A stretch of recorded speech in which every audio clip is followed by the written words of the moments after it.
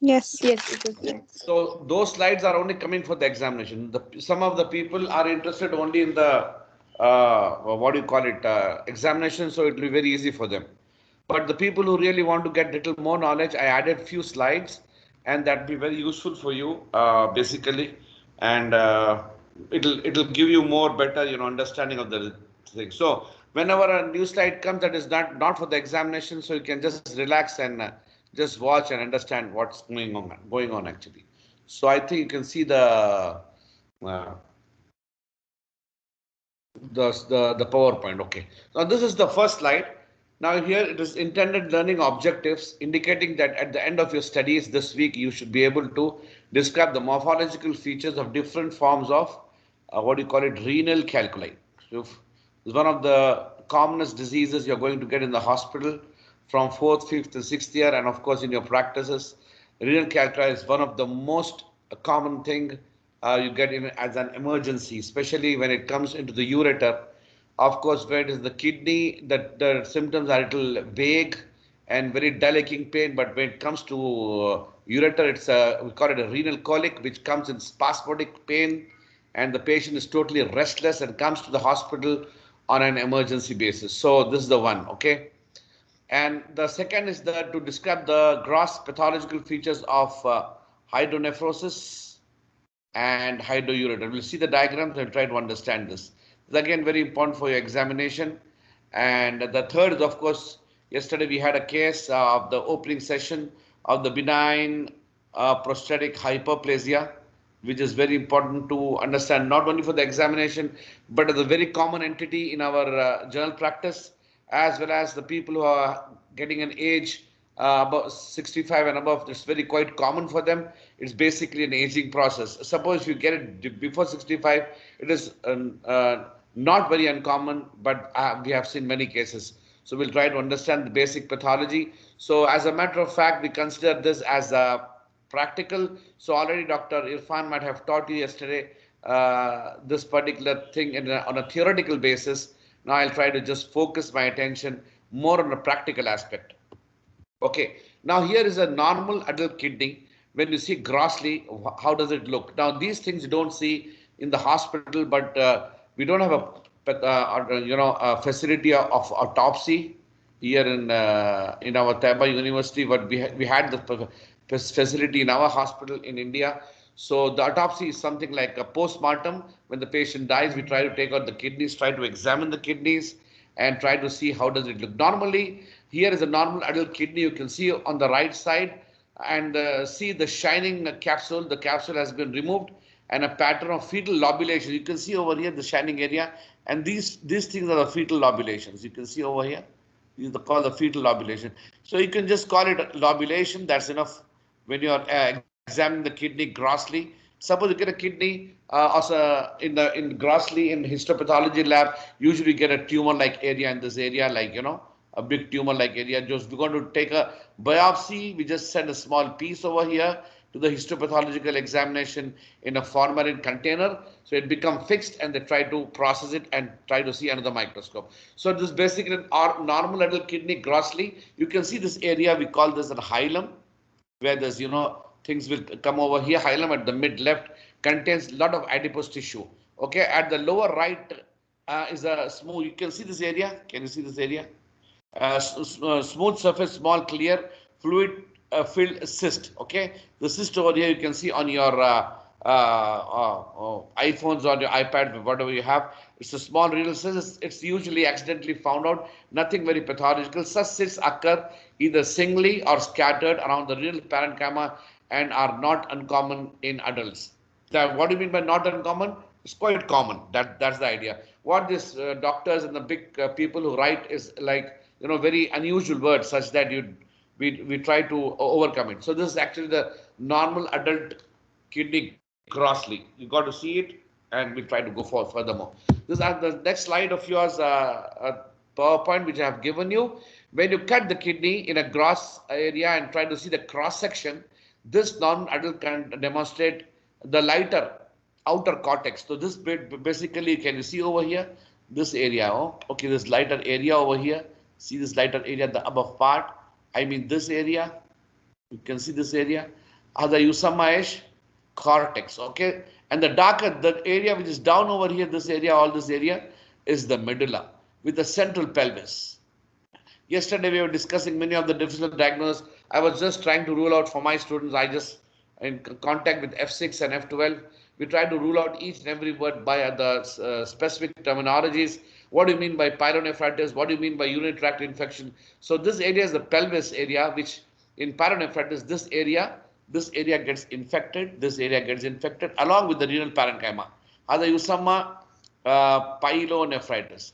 And when it comes to the urinary tract comes down. This is the urinary tract up till the right from the end of the pelvis to the ureter, to the bladder, to the urethra, all such things, urinary tract infection. So we should be able to differentiate the difference between the pyelonephritis and the urinary tract. So this is basically the cross section. We tried to see some of the pathology over here. Here this looks totally normal as compared to the previous one. That was also normal except that small fluid filled renal cyst. Okay. Now we got to concentrate certain things. Now here I have taken a diagram specifically for you. This is not in your PowerPoint.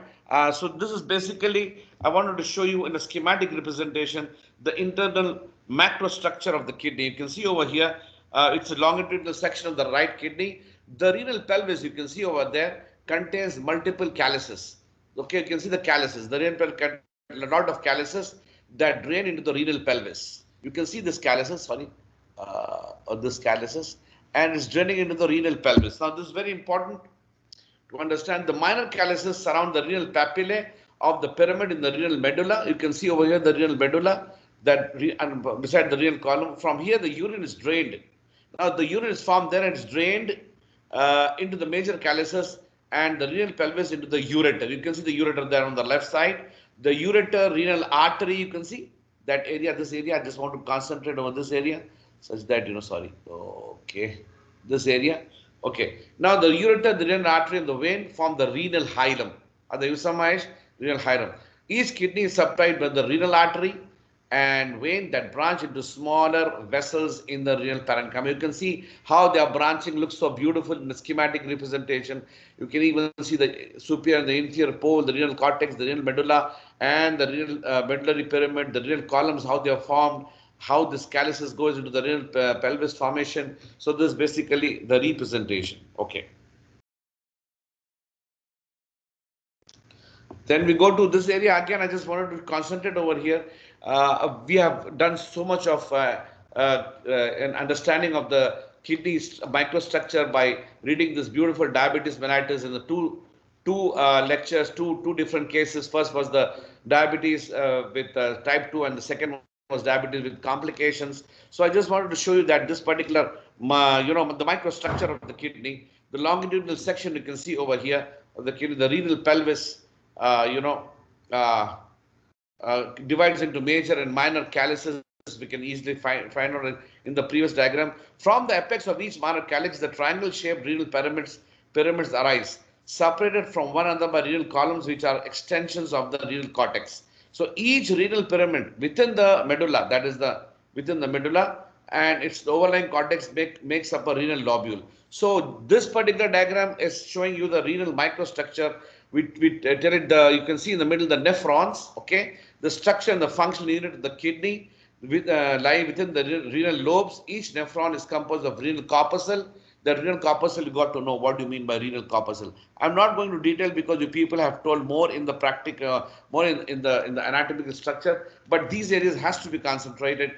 Each nephron is composed of renal corpuscle, a proximal convoluted tubule, a loop of Henle, and the distal convoluted tubule. Most of the nephron lies in the cortex. Remember, you can see on the left side that particular schematic representation. So most of the nephron lies in the cortex. Only the loop of Henle dips into the renal medulla. That's all. Okay. We go furthermore. Just to give you an idea of the practicals, what we are teaching is this: the basic vasculature of the kidney and glomerular apparatus. You can see over here the cortical radiating artery in a more higher zoom out form. You can see this particular area. I'll just concentrate over here. Sorry. Yeah, here. Sorry. You can see over here this area the efferent, the efferent arterioles, the arcuate veins, the venules, and the peritubular capillary network of the renal loop of Henle, which dips down into the medulla. Now, this thing we have to understand how this arcuate arteries, cortical radiating arteries and veins divide, and they form the segmental branches, which goes in an interlobular fashion. This things has to be understood by all of us. Without going into details, we go furthermore. And this particular area, I just want to tell you that how the abdominal aorta, you can see over here, and the inferior vein cava gives the different branches to the different part of the kidneys. For example, the branch of the abdominal aorta, the three anterior branches like the celiac artery, superior mesenteric artery, and inferior mesenteric artery. Mashallah, my students are so F6 and F12 are so smart. They read in detail and they come over here. I just tell them that what particular things you got to master it. Then you become a good clinician. At the same time, when you're appearing for big examinations, the same time you'll be able to solve. So these things you got to remember. The three anterior branches, the three paired lateral branches. I'm not going to detail the infraphrenic arteries, the suprarenal arteries, all the renal arteries, how they supply the testicle and the ovarian arteries, and the three terminal branches, the right and left common iliac arteries are very important. And you should also know the tributaries of the inferior vena cava. This is not for your examination, but as a practical point of view, I'm just concentrating some of the areas. Okay, now we come to our slide. This slide can come in the examination. Examination very easy. Don't worry about the practical.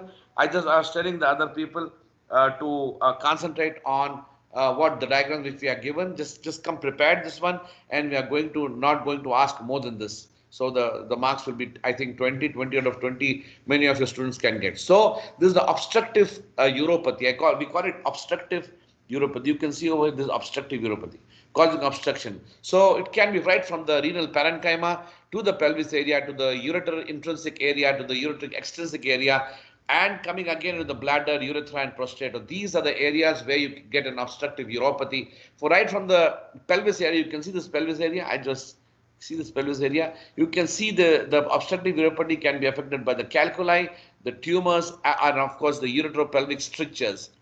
Now, these strictures, yesterday we were reading about the sexually transmitted disease affecting the pelvis, the urethra, all these areas.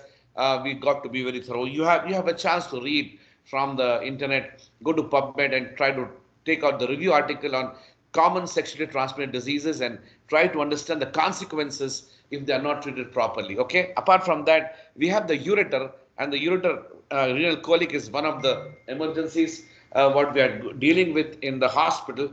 You have a calculi, the tumors, and the clots and slough-shaped papillae. Now, this area is really very sensitive area where the patient comes to the hospital as a renal colic. Okay, and the renal colic is a spasmodic pain and causes emergencies.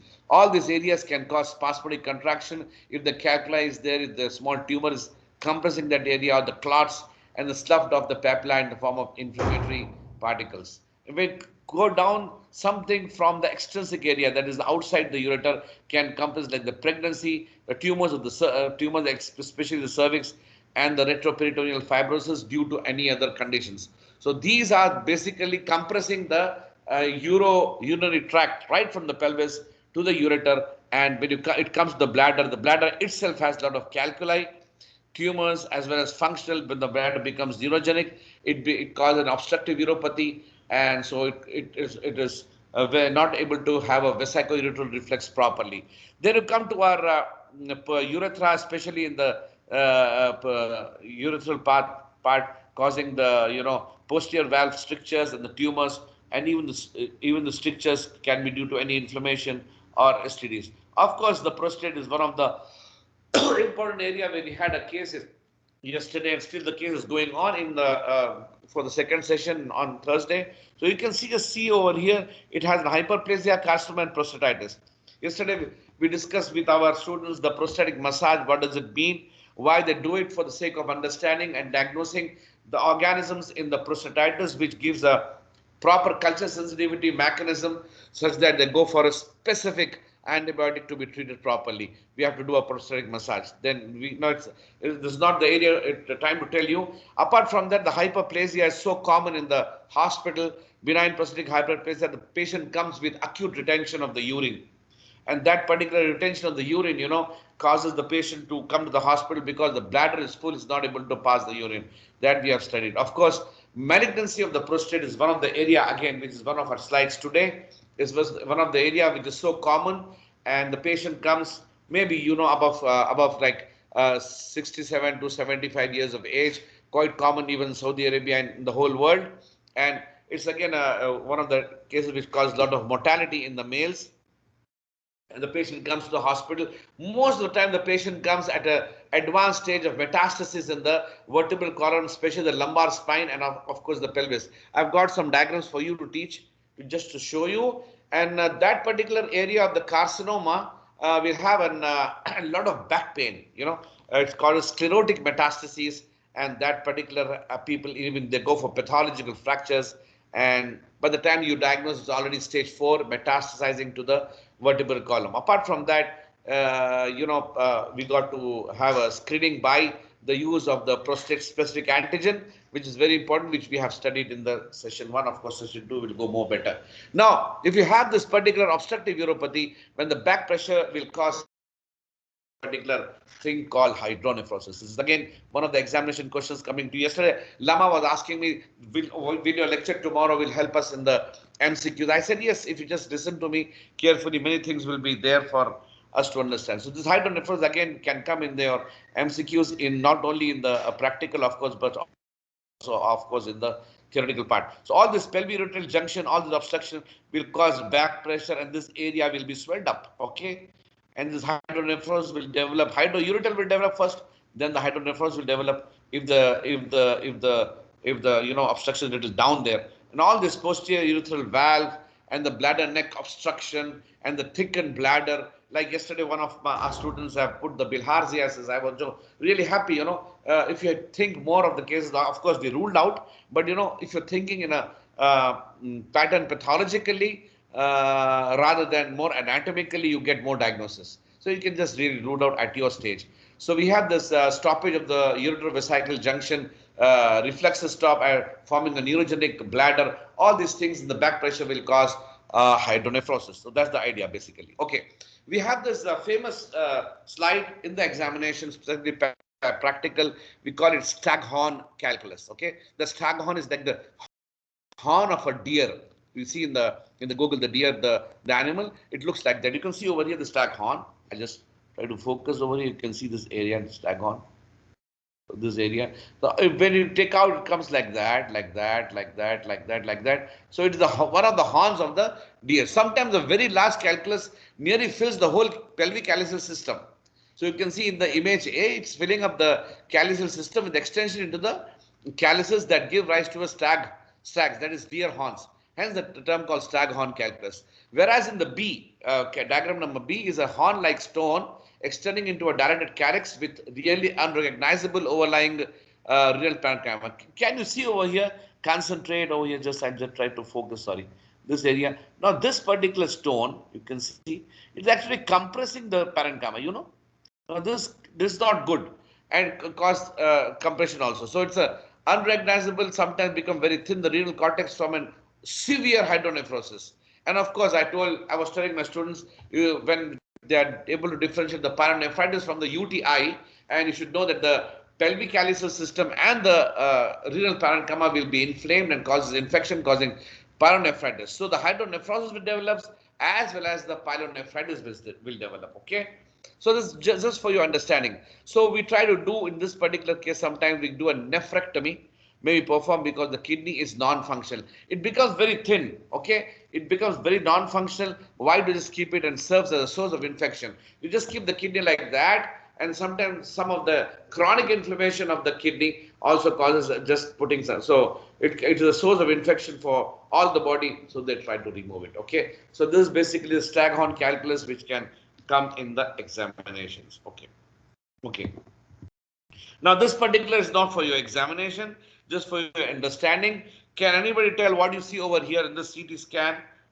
Abdomen with contrast. We call it a coronal plane. And can anybody tell? Open your microphone and tell me.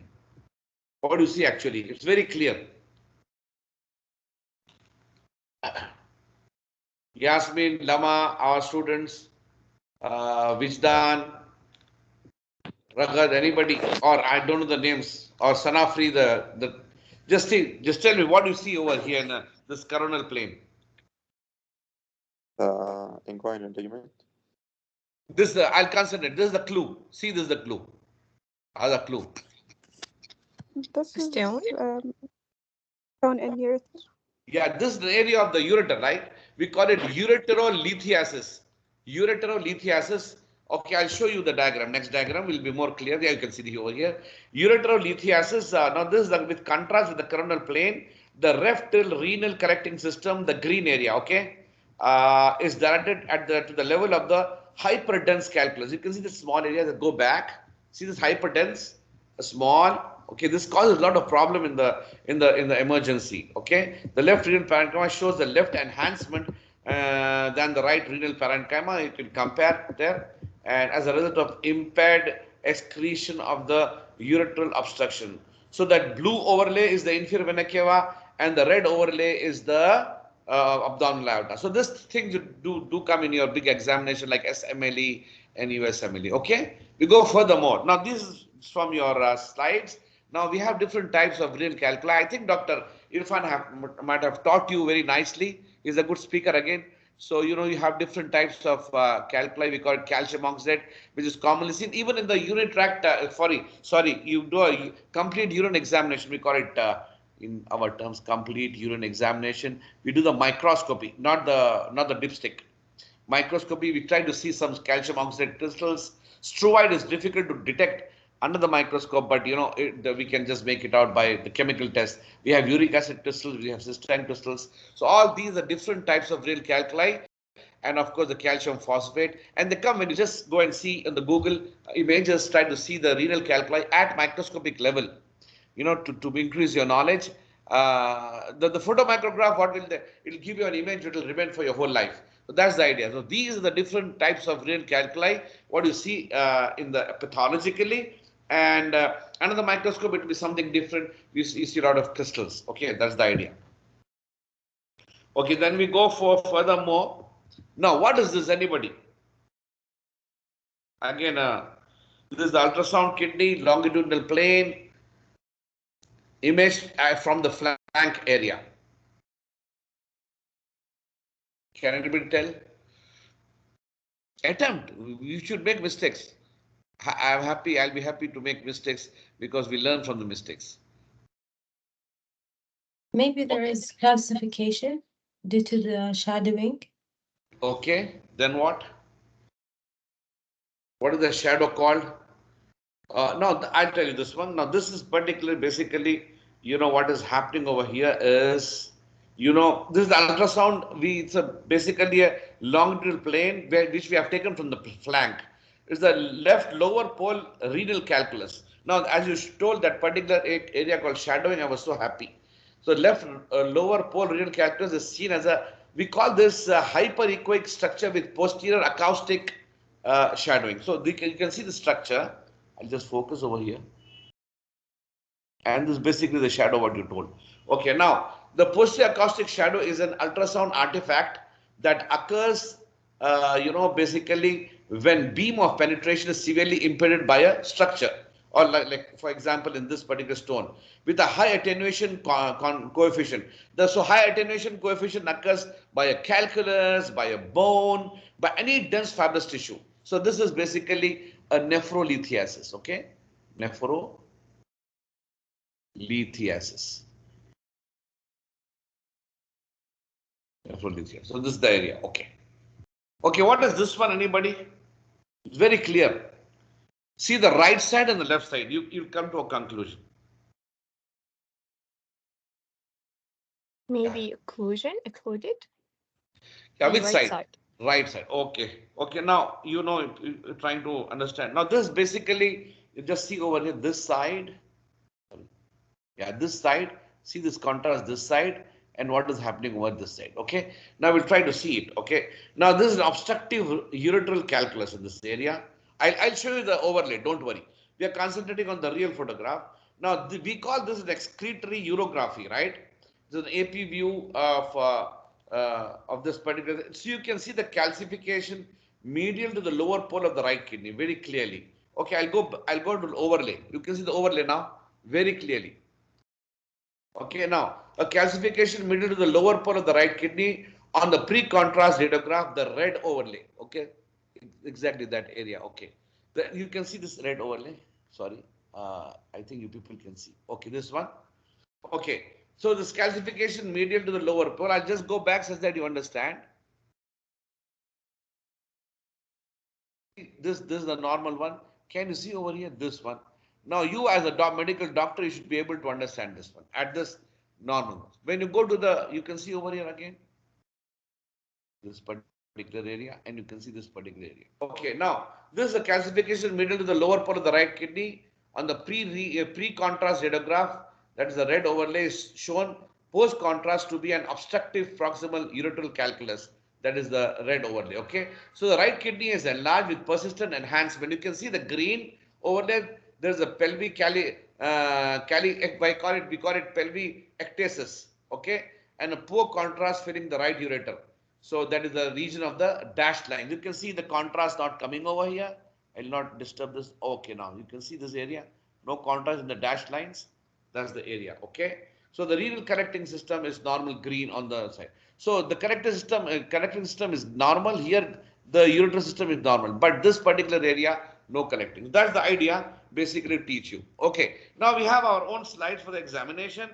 We are coming to the hydronephrosis from obstruction by calculus. You can see how the pelvic calculus system becomes dilated. So that particular, there was a large renal, you can see large renal calculus, the stone that obstructed the urinary tract leading to hydronephrosis. So as you can see over here, all the system is totally dilated. You can see this dilated system.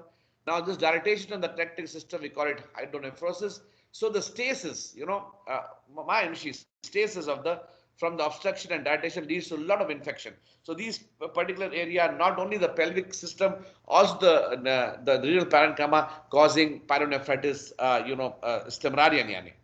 The infection with inflammation is characterized by the pale yellowish tan areas next to the dilated calyces. So that pale area becomes compressed by the small aqueous arteries, and that particular becomes pale with the reddish tinge. Can you see the reddish tinge over here? And with the other areas will become hyperemic mucosal surfaces. So you can see this area, all this hyperemic. So disorganized blood supply due to compression causing the yellowish tan areas to the red areas. So the upper pole is normal and shows good corticomedullary demarcations. On the upper side, you can see a lot of normal areas as compared to the lower areas. We show a lot of dilatation of the collecting system. You some hydronephrosis. So you can see it's easy for the exam. Don't worry. I always tell my students, all my students there, the F6 are so good. They are very good. You don't have to worry for the examination. 0.05 mark, 1 mark, nothing going to help you. Most important is your SMLE examination is going to come up. A lot of marks is being given. So try to understand the concept. Try to understand the anatomy, physiology, such that you understand the pathology. Okay. Another one diagram from your, from the slide. So this also indicates, here is a kidney with much more advanced hydronephrosis. Okay. With only a thin rim. You can see the rim actually. Basically, I want to demonstrate over here. Now, this particular rim is remained. Okay, due to a lot of compression that the rim is remaining. That's all. Of remaining renal cortex. So, such kidney is non-functional and a source of ongoing Alladin infection, Stemrarian infection, continuous infection. So, if this process is unilateral, if it is unilateral, then the problem originates from the ureteral orifice up to the pelvis. So, you got to see by the excretorography or by the CT scan, or if ultrasound, if the sonology is very good, can detect where exactly anatomically the obstructive uropathy is there. So in this case, it was of course a Staghorn calculus, so named because the projection of the stone. See, it has formed that area. You can see this area nicely. It has formed a Staghorn appearance, so named because the prominent projections of the stone into the calyces resembling deer antlers. Because deer antlers was present that filled up the pelvis and the calyceal system. So if this process were bilateral, then the problem originated in the bladder, not in the ureter. Then it originated in the bladder. So go a little down there anatomically, or urethra down there, or maybe prostate around the urethra, or some processes such as neoplasm that obstruct the ureters. So you can see see is it bilateral or unilateral by the radiological modalities like X-ray urography or the ultrasound or CT scan, then come to the conclusion that where exactly the obstructive uropathy will be. That's the basic idea. Okay. Again, you can see a very smart diagram. Usually we give this in the examination. So this again a clue for you. It's very easy. If I ask what is the diagnosis, you'll tell hydronephrosis. What causes hydronephrosis? I'll ask you. Your 2 or 3 questions will be there. Easily anybody can answer. Even an average student can answer. So hydronephrosis with calculus at the uretero-pelvic junction. So that is the area where the pelvis ends and the ureter starts. That is one of the commonest area where you got you'll get the obstructive uropathy. Okay, so here you can see the arrow points to the culprit in this case of hydronephrosis. So this arrow will ask what is the anatomical location of the arrow. A ureteral calculus at the uretero-pelvic junction. Now this particular ureter is still there, the stone is still there, but usually what happens in autopsy, what we do, we remove it.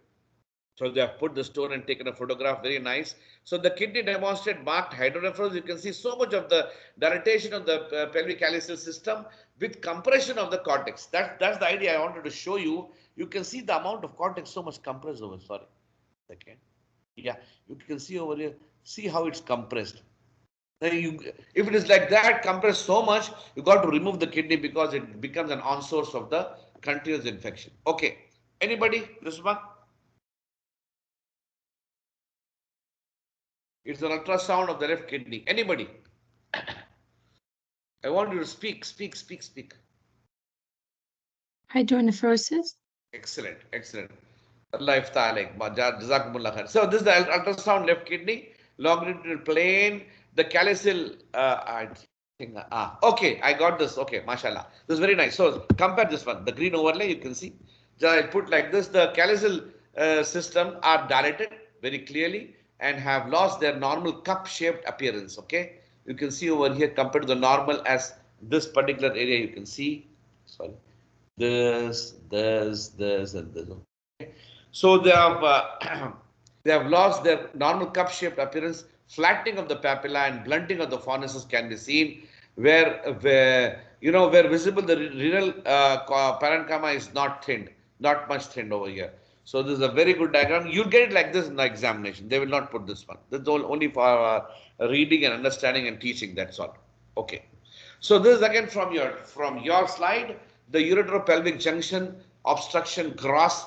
So this is the scarring of this kidney from chronic obstruction and pyelonephritis. You can see over here a lot of scarring, of course. The renal pelvis is markedly dilated at this particular area. See that this area is totally dilated, but the ureter is not indicating that the point of obstruction is the uretero-pelvic junction. So there might have been a stone over here they have removed. So this is actually, and the scarring of the kidney due to chronic obstruction. And sometimes even the kidney becomes a little smaller due to atrophy, and all those things do appear. So when we put this diagram, we ask about the obstruction, type of obstruction, we'll tell what type of stones you see, and very easy questions will be there. Now you can see the hydroureter. When we talk of the hydronephrosis, that is dilatation of the pelvic calyceal system, we also see when the obstruction is down there, down there, the ureter will become dilated. For example, you can see over here, my son, you can see, suppose the obstruction is down there. So this particular area will become little larger. It becomes hydroureter. Okay, the same thing on the left side, right side also. A long-standing obstruction, probably congenital at the ureteral orifice through which the metal probe can easily pass, led to marked hydroureter and hydronephrosis seen in here. So more examples you can see on the right. Hydronephrosis, hydroureter. Hydronephrosis due to the pelvic-ureteral junction obstruction is quite common. We call it PUJ junction. Okay. Okay, now we are coming to the more interesting area where usually we keep in the examination this particular slide. It's like the hadiya, balash, majjanan yani. You don't have to worry of the examination.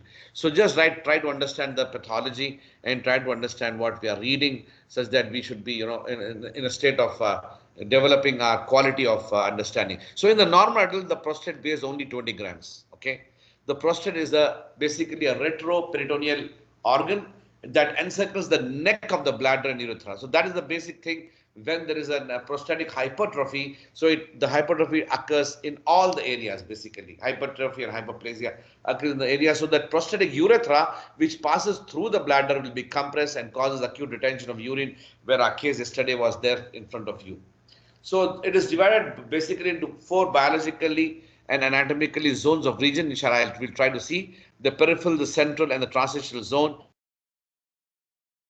Anterior fibromuscular stroma. You have to remember this, then they might ask you in the examination. So this particular thing I just took out from the, what do you call it,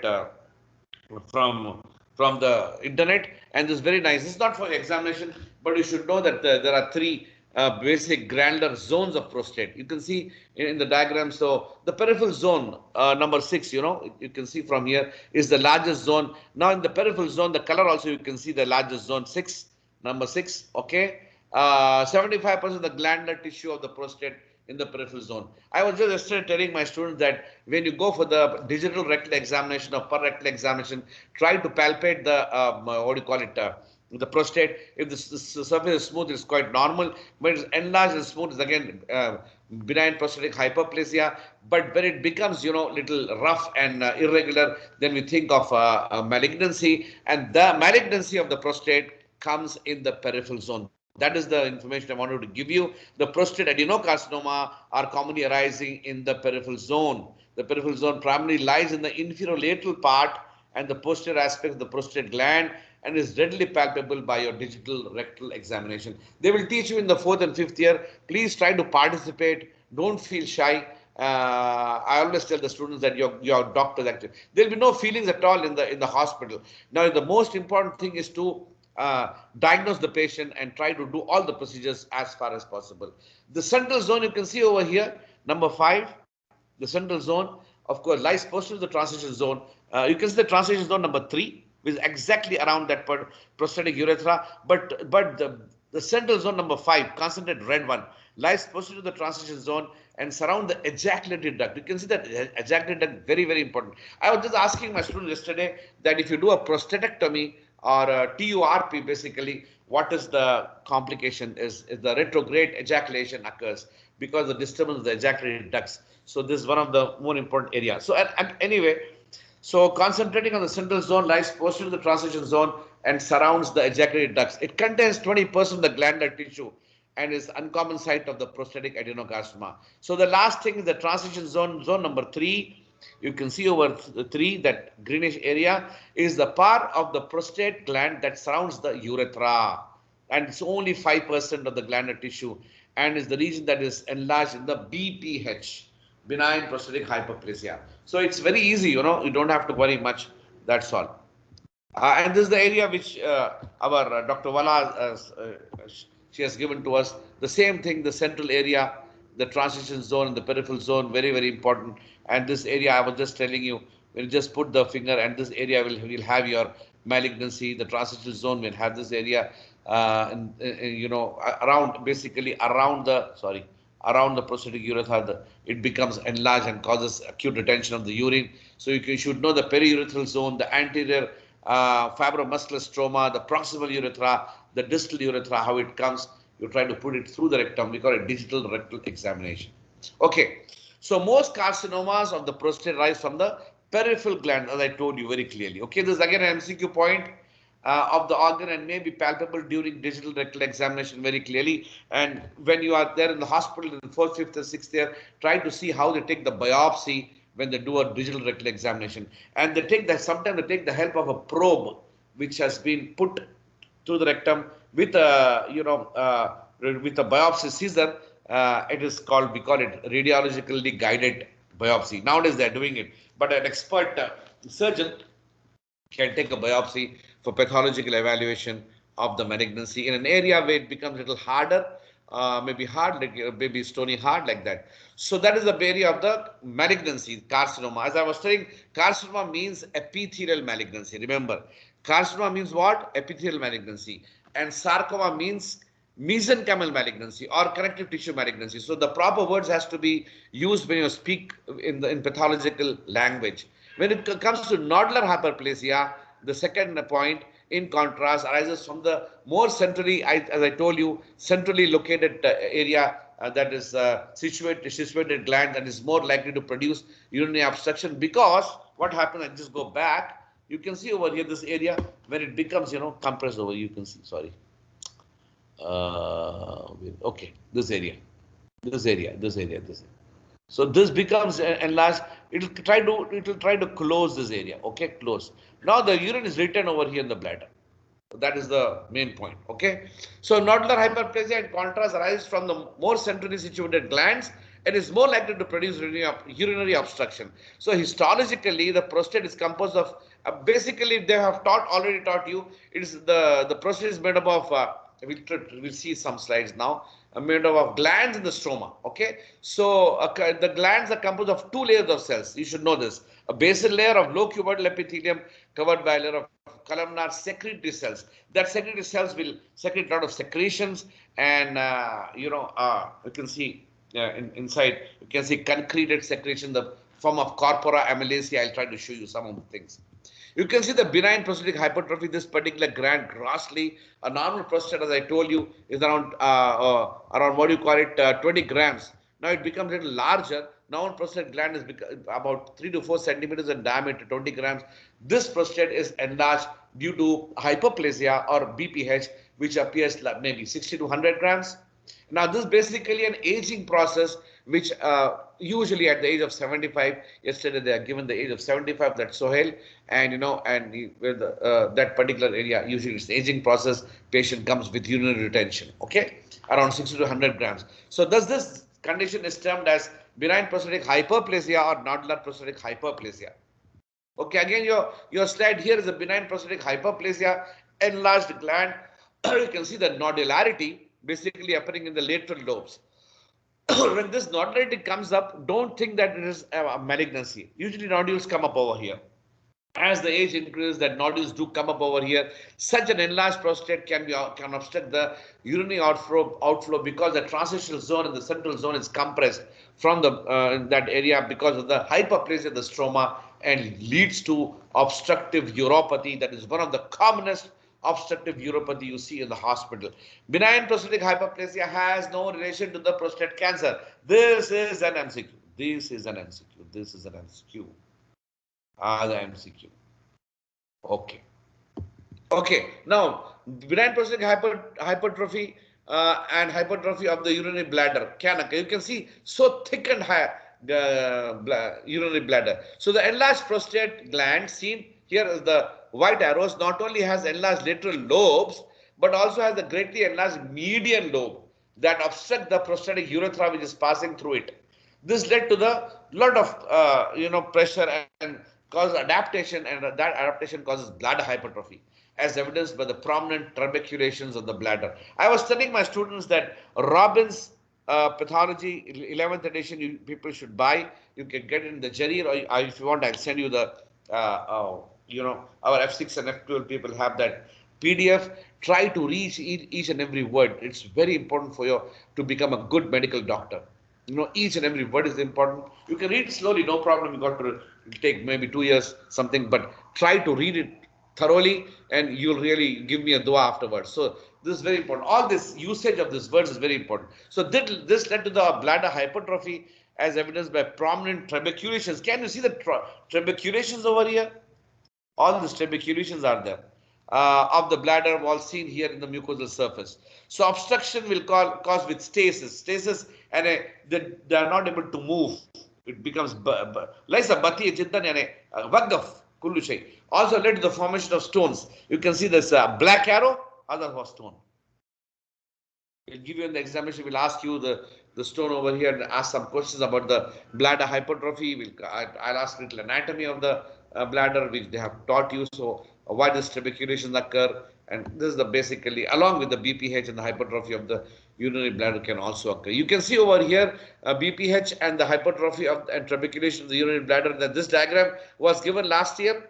Obstruction from the benign prostatic hypertrophy has led to a lot of prominent trabeculation. Shufina, all these are trabeculations seen on the mucosal surface of the bladder with hypertrophy.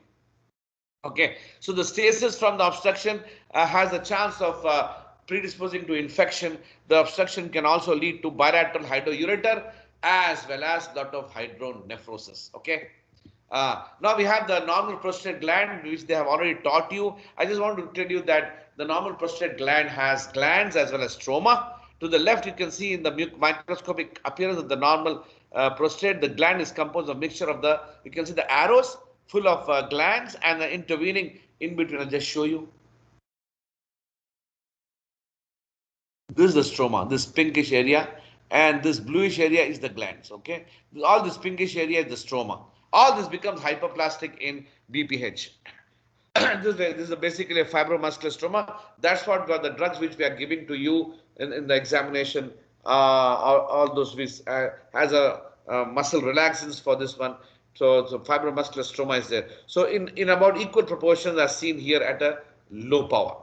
Okay, we have this BPH microscopy. You can see over here the microscopic appearance of the BPH can involve both the glands. The glands become a little larger as compared to this particular area. Larger, though the glands are usually prominent. On the cut surface, grossly on the right side, you can see cut section of this enlarged prostate showing openings. You can see a lot of small openings. Just concentrate over here. Or this small, sorry. This particular, sorry, sir.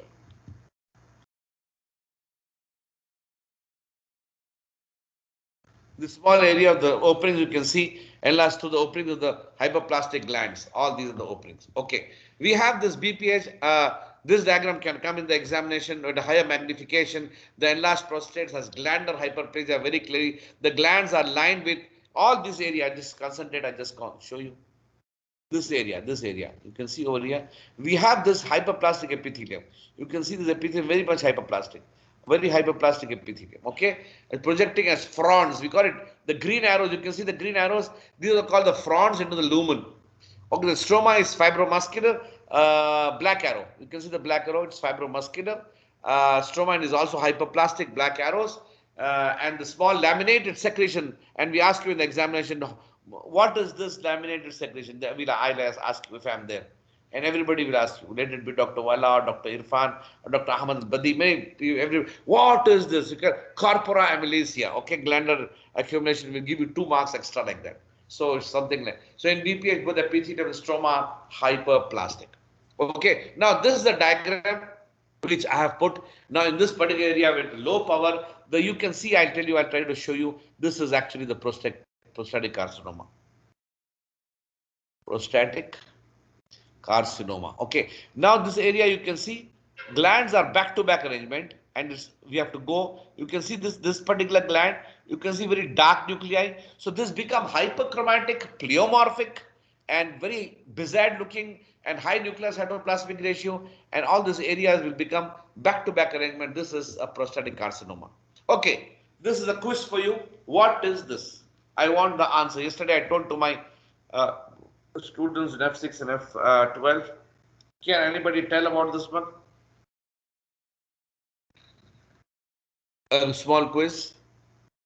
Hello, can you hear me? Hello? Can you hear me?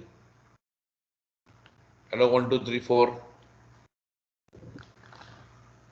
Hello? Hello? Yeah. Can you hear me? Yes, we can. Yeah. Then what is this? What do you see in the vertebral column? What do you see in the pelvis? Explain in simple English. تتكلم في اللغة العربية كمان ما في مشكلة. ايش شوف لك انتم. Okay, this is a case of prostatic carcinoma. Tell me now. Case of prostatic carcinoma. What do you see? Yes, Lama, Yasmin, Vijdan, Raghat, Haneen. Very good students I have. Tell me. The case presents with a low back pain. Metastasis to vertebral column. Metastasis, very clear. Jazakumullah khair. Now I just want to show you that. Now see this one. Sorry. Please understand this one. See, this area is little normal. But this is called osteosclerotic. This is very white.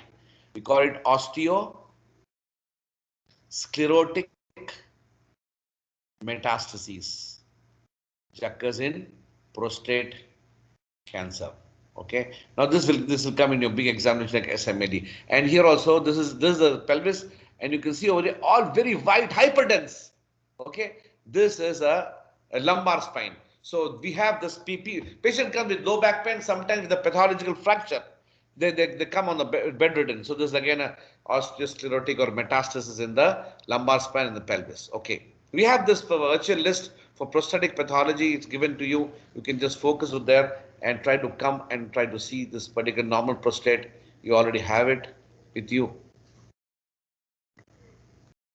You can see over here. Yeah. Can you see? Can you see my screen? Hello? Please speak out. Can you see the screen? Hello, 1, 2, 3, 4. Sanafri, the leader. Yes, we can see the screen. Yeah. So this is basically very low power, and when you go to zooming, No, doctor, we can't see it. You can't we can see your slide. Your slide. We can't see the histological picture. Okay. That's what I wanted to ask you. I'll do one thing. Okay. Sharing. I'll do one thing. I'll go back over here.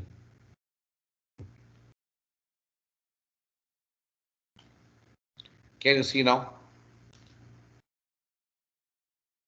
Yes, we can see it. Yeah, you can see.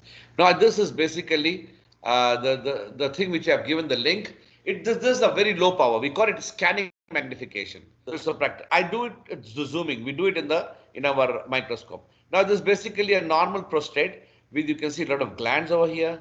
It's not malignant. The cells are not hyperchromatic. The very nice stroma is there. The stroma decreases basically in malignancy. The glands increase and becomes back-to-back arrangement. So at low power, you can make out that this is basically a what do you call it? Basically a normal prostate. Okay. Then I go back. Stop sharing. Okay. Then I go back to the slide.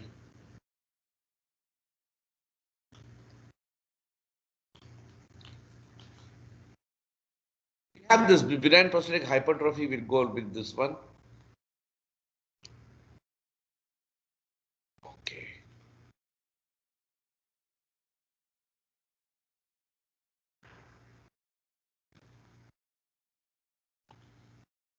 So this is the one.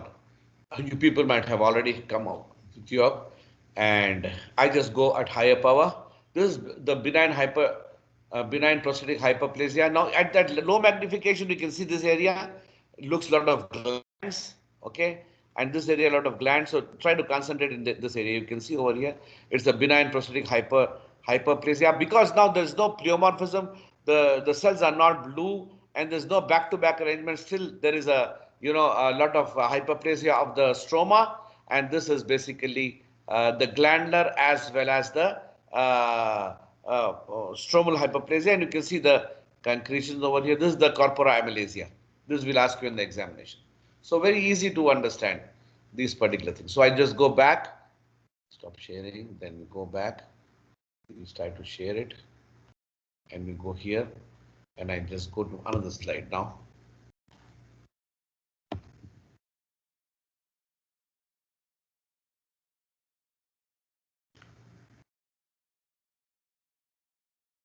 Okay, this one now. Yes.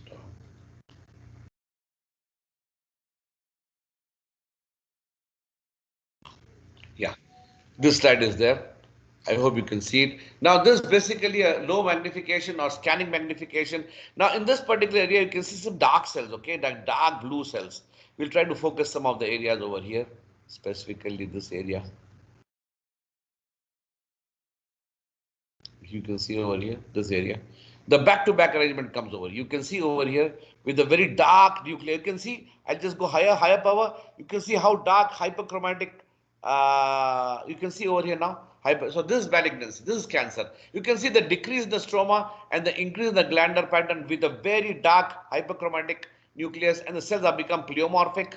And this is basically the cancer of the prostate. Okay, I just go to low power such that this area you should be able to focus. Now this is a scanning magnification. I go into this area. I go into this area now. We'll see this one. See this one. Just back-to-back arrangement, no stroma. Only you can see the cancer glands. That's all. So this is basically the 3 slides which Dr. Nawal, mashallah, she's expert in all these activities and she has given to us. Any questions from anybody? Any students who want to learn a little more understanding of the disease? I know very few people came. People doesn't want to listen. They want to sit at home and just want to see the recording. Any questions? Sanafri, our F6 and F12 people, or any from F1 to F12, 3, 4, 5, 6, 7, 8, 9, 10, 11, 12, 13, 14, 15, anything. Can ask any question at any this point such that we will be able to understand the things. Okay, our leader Sanafri, can you hear me?